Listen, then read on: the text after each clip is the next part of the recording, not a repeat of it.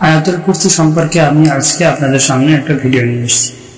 আমরা কম বেশি সকলেই জানি যে কোরআন শরীফের মধ্যে সবথেকে গুরুত্বপূর্ণ আয়াত হলো আয়াতুল কুরসি এবং তার বিভিন্ন হাদিসে বিভিন্ন রকমের ফজিলত বর্ণনা করা হয়েছে। সবথেকে যেটা গুরুত্বপূর্ণ জিনিস তার আমরা আজকে ফজিলত, এই ফজিলত সম্পর্কে আমরা আজকে জেনে নেব। আমরা সেই 5টি ফজিলত সম্পর্কে আলোচনা করব।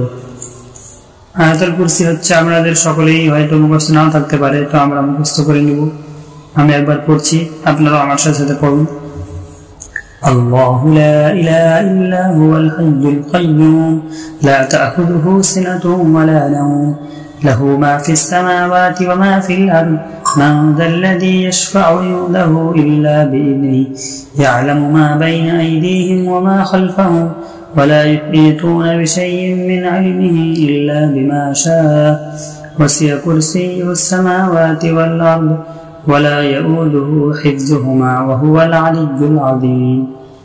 তো এটা ছিল আয়াতুল কুরসি এবং আমরা এবার এর ফজিলত কি কি আছে সেগুলো সম্পর্কে আলোচনা করব। নাম্বার 1 ফজিলত হচ্ছে যে আমরা যদি আয়াতুল কুরসি একবার পড়ে নেই এবং বাড়ি থেকে বের হই তাহলে 70,000 ফেরেশতা আমাদেরকে হেফাজত করবে এবং আমাদের রক্ষণাবেক্ষণ করবে। আর যদি আমরা নাম্বার 2 যদি বাড়িতে প্রবেশ করার সময় আয়াতুল কুরসি পড়ে প্রবেশ করি তাহলে আমাদের বাড়িতে কখনো দরিদ্রতা প্রবেশ করিতে পারবে না। কত বড় ফজিলত দেখে নিন। তারপরে আর একটা ফজিলত হচ্ছে 3 নম্বর, যেটা যদি আমরা ঘুমানোর আগে যদি আয়াতুল কুরসি পড়ে নিয়ে ঘুমাতে পারি তাহলে একজন ফেরেশতা আমাদের সারা রাত ধরে আমাদেরকে পাহারা দেবে। নাম্বার 4, প্রত্যেক ফরজ নামাজের পর যদি আমি আয়াতুল কুরসি পড়ি তাহলে কি হবে জানেন? আমার আর বেহেশতের মধ্যে শুধু একটা জিনিসেরই দূরত্ব থাকবে, তা হলো মৃত্যু। আর মৃত্যুর আযাব এতই হালকা হবে যেন একটা পিঁপড়া কামড়ানোর সমান।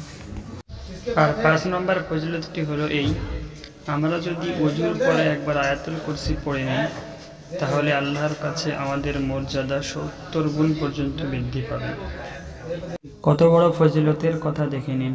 আল্লাহ তাআলা আমাদের সবাইকে আয়াতুল কুরসি পড়ার তৌফিক দান করুন। আমিন।